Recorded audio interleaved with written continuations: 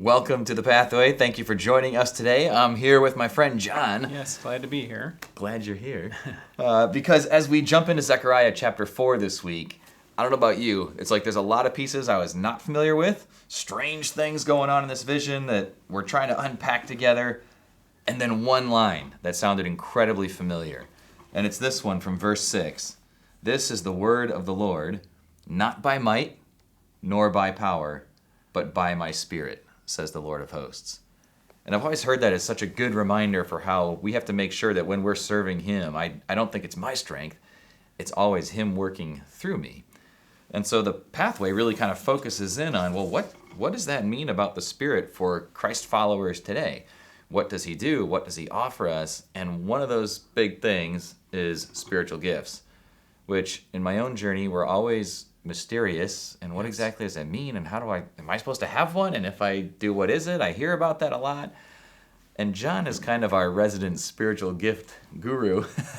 So I asked him if he would just come and share with us, like, how do you think about spiritual gifts, how I discover them, and why is that so much fun? Yeah, well, I mean, one of the really fun things about discovering that, wow, when I became a Christ follower, I got spiritual gifts, more than one, and there's so many of them listed in the New Testament specifically. Things like evangelism. Well, gosh, what's evangelism? Or exhortation, or teaching, or even the spiritual gifts of helps, or service, or prayer. Let's pick on prayer. Like, well, wait, isn't everybody supposed to be praying? So almost every spiritual gift listed is also something that a balanced Christ follower would just be doing out of obedience. And we should all be praying. We should all be giving. We should all be like encouraging one another. But part of God's plan is when he designed the body of people that make up what we call the church, that church people gather together. Some of us have more of a gift of prayer than others. I had a man stop me at the front door and say, hey, I have been praying all the time, and I'd like to have some more specifics to pray better. So some of us have a gifting in prayer that we get when we commit our life to Christ. Some of us have a gifting in giving. So what's really fun is to kind of discover, well, what are the 2 or 3 or 4 gifts that I have maybe a little bit more than Drew has or someone else in the congregation, and how do I bring that to the table and make sure that I'm serving and giving that back to the church where it was intended. Mm-hmm. I think one of the first times I talked to you about gifts years ago, I remember you weaving together a few things. Like it's not just some obscure random thing that I never expected. Like the Bible talks about it, but it often connects to like ways that God has made me. Like how does that connect in your mind? Well, the similar question would be, where do you want me to volunteer in the church? And I always say, well, we don't want you to volunteer just in your, strengths, but we want to try to figure out your gifts. Mm-hmm. So when you become a Christ follower, God gives you certain gifts, and you only discover them by experimenting with doing a lot of different things in the church. And you find out your gifts by feedback from other people and the special joy you have in your heart.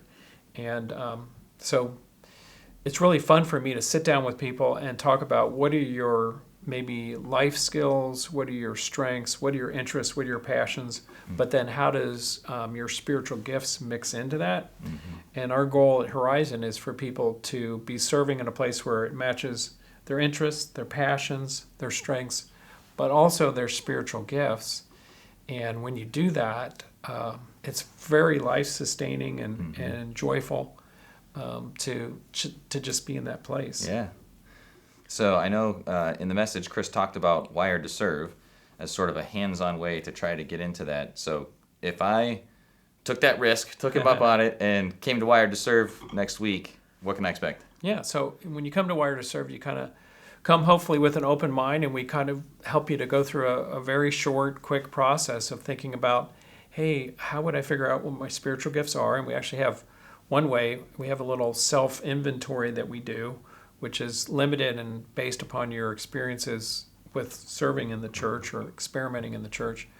And then we also look at like, well, what about my passions and my interests, and how do all these things fit together?